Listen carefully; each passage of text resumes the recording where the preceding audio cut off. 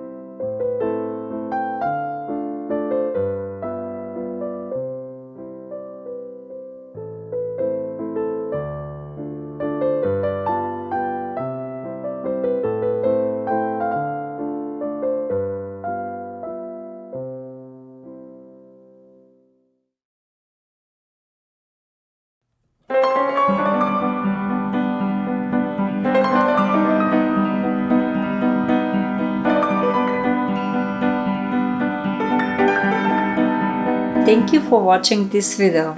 If you want to support my channel, please subscribe and like. If you have any questions, please add them below. Bye bye.